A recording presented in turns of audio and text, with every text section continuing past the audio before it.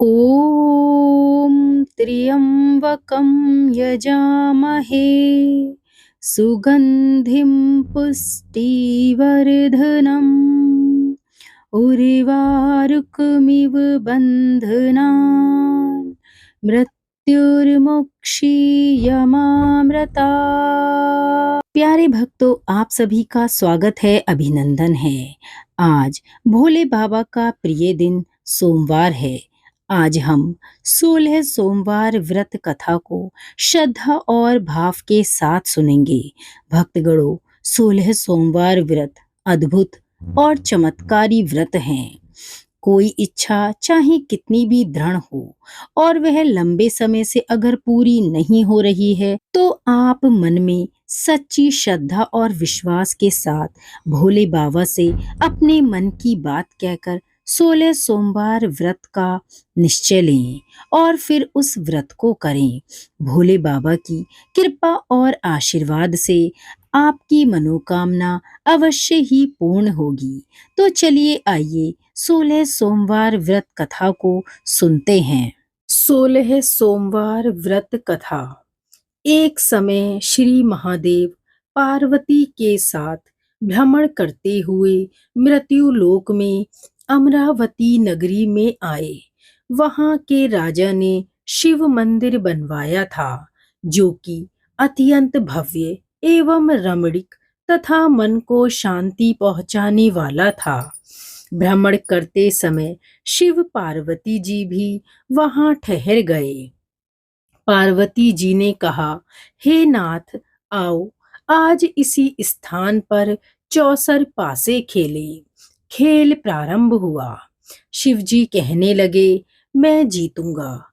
इस प्रकार उनकी आपस में वार्तालाप होने लगी। उस समय पुजारी जी पूजा करने आए। पार्वती जी ने पूछा, पुजारी जी बताइए, जीत किसकी होगी?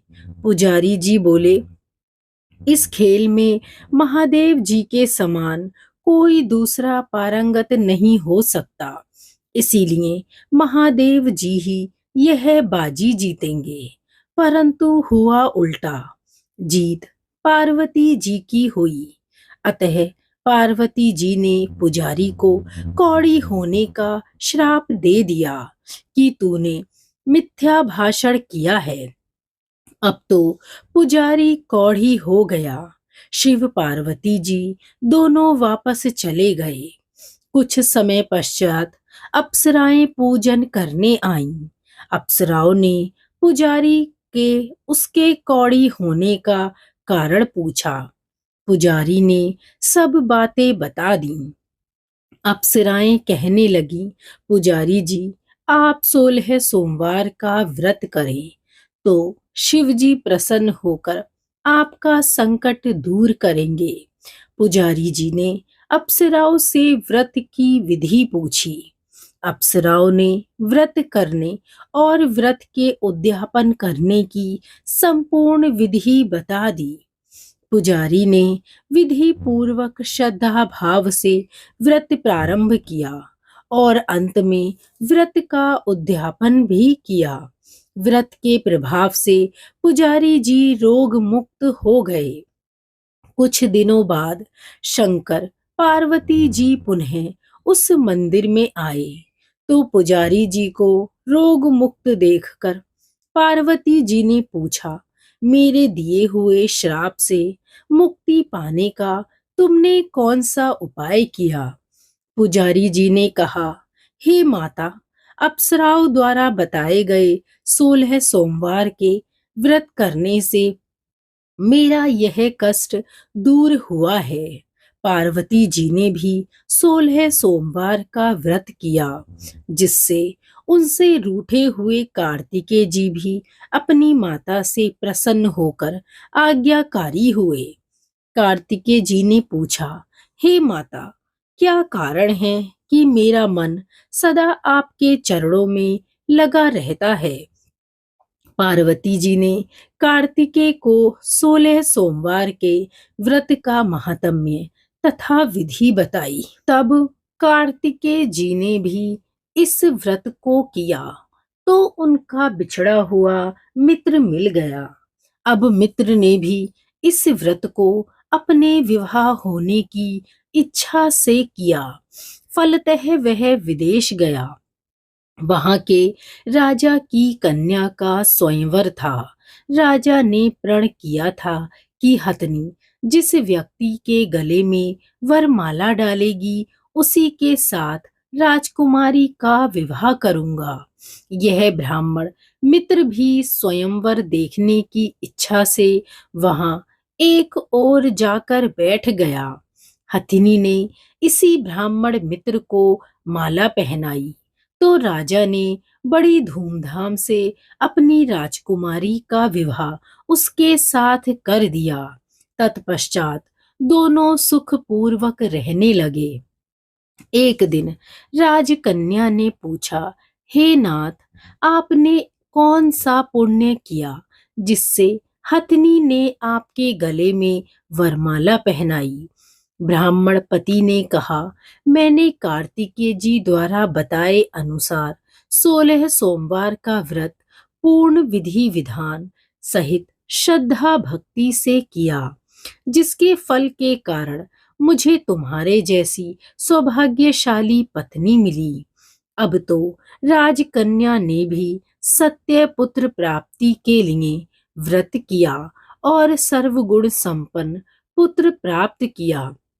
बड़े होकर पुत्र ने भी राज्य प्राप्ति की कामना से 16 सोमवार का व्रत किया।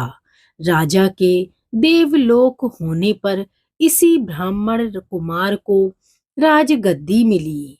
फिर भी वह इस व्रत को करता रहा। एक दिन उसने अपनी पत्नी से पूजा सामग्री शिवालय ले चलने को कहा, परंतु उसने पूजा सामग्री अपनी दासियों द्वारा भिजवा दी। तब राजा ने पूजन समाप्त किया तो आकाशवाणी हुई कि हे राजा, तुम इस पत्नी को त्याग दो, नहीं तो राजपाट से हाथ धोना पड़ेगा। प्रभु की आज्ञा मानकर उसने अपनी पत्नी को महल से निकाल दिया।